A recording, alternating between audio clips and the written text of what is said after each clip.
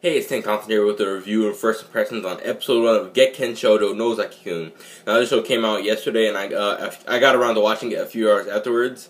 And I've actually been anticipating this show for quite a while, ever since Mangaka-san to Assistant Santo finished out. I really love the whole mangaka assistant kind of interaction, so when I saw this title, I was pretty excited that there's going to be another one kind of like it. And I must say, from this first episode, I can see this show has a lot of potential. This was a good first episode, and I'm here to talk about it. So let's get right into it. A little bit of info I gathered from this first episode. We have our two main characters, Sakura and Nozaki. Nozaki is a mangaka, except that Sakura doesn't know. Find that out later into the episode, actually. So the episode starts off with one of our main characters, Sakura, getting ready to ask out the boy of her dreams, which is actually Nozaki. She seems really nervous, like any kind of girl would be, I guess. I'm not saying that every girl gets nervous, but she seemed pretty hecka nervous. And she ends up saying that I'm your fan. Now at this point, she didn't know he's a mangaka. She didn't know anything about his back life. She just likes him because she thinks he's manly and tall. That's about it. But so Nozaki, he gets out. He's like, yes, I got it. He gets out a piece of paper and a marker and writes an autograph for her. And she just sends her like, okay. So after he gives her his autograph, she's like, oh no, that's not a whim. I want to be with you forever. And Nozaki then says, oh, do you want to come back to my place? She's like, is that easy?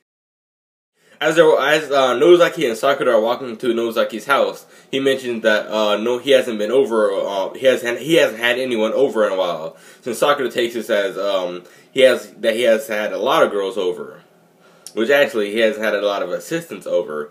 Nozaki thought that she wanted to help him be an assistant because apparently he thinks that she knows that he's a mangaka. Like in every other anime, that when a girl enters a boy's room for the first time, they have like some deep thoughts about it and such like that. But Nozaki, he takes a manuscript and asks her to do some beta. Some beta is filling out black spots with X or some other kind of marks there for you to fill out. And that's all they're pretty much doing the whole time is filling out beta. So after about 4 hours of doing beta, Nozaki walks Sakura out of his apartment building so that she can go home. And she stops in her tracks and says, wait, you're a mangaka? And then Nozaki says, you've been doing beta for the past 4 hours, yet you haven't noticed? So after all that happens, a few days go by, she's been going back to his house every night doing mangaka stuff. Assistant stuff, helping him with his manga, and helping him develop the story and stuff. But then they find a step of the road. He's trying to make a bicycle scene more romantic without breaking the laws, traffic laws of how you can't have two people on a bike. Because in manga, apparently, it can't be breaking any laws. What I get from this. My favorite suggestion by Nozaki-kun happens to be the guy on a bicycle. He rides ahead while the girl chases after him. That's one of my favorite parts of this episode. So the next day, after school finishes, Nozaki goes to Sakura's classroom and asks if he wants to go home together. She just jumps up and says yes because she likes him. And they get outside. He's like, they're walking. He's like, all right, want to ride on my bike with me?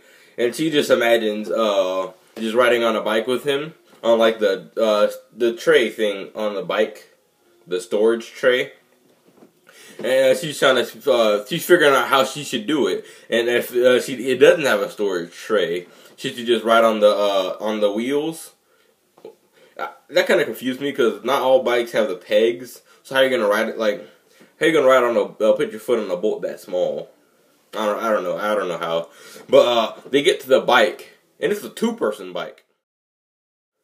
my favorite scene of this episode is seeing them ride that two-person bike and seeing the people on the side reaction to watching them ride that two-person bike. And actually, I forgot to mention this before, but another suggestion that I liked was when Nozaki, he drew this guy. He has his bike, a 4-seat bike, and he's like, all right, first 3 people that get here get the ride home with me. And do they make bikes like that? I don't think they do. So that whole bicycle scene, we reach the end of the episode where Sakura again tries to ask Nozaki out, but she screws up again and says that she's his fan again, and he just does her another autograph. And there's a few more things I haven't mentioned in this episode that if you go check out this episode, you'll know what's up. Because it's like kind of like small things, I guess. You know what's up when you go check out the episode, but you know what's up if you already checked out the episode. Yeah, this reaches the end of my review and first impressions. Yeah, this episode had a lot of good setup, character introducing your main characters. In the preview for the next episode, apparently there's going to be 2 more main characters we're going to be introduced to.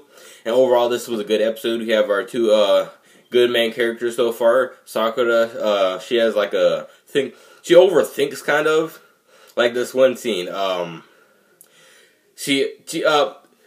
so Nozaki says that no one knows he's mangaka, and she thinks that she's special. She starts going in her own world thinking that she's special. Then Nozaki says, even when I told them, they didn't believe me.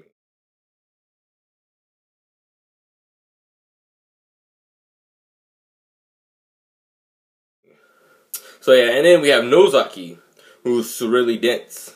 Really, really dense. And there's this other scene, this example of Nozaki's denseness. What she describes, he asks her if there's any guy that she likes, and she says that yeah, there's a guy that I like, and she mentions that all the stuff that Nozaki did, and he's like, what do you want to date? What do you see in a guy like that? With this funny whole face going on. From rating, I'm going to have to give this episode an 8 out of 10. This was a really enjoyable episode. There was a lot of comedy moments. And overall, this has a lot of potential for the future. I hope we get more episodes like this, but most times it gets worse than the first episode. But I hope not. Hope next week when I come tune in again, it will be just as good, just as good characters. Yeah, this is the end of my review. Leave a like down below if you enjoyed this review. Yeah, thanks for watching. I appreciate it. Bye.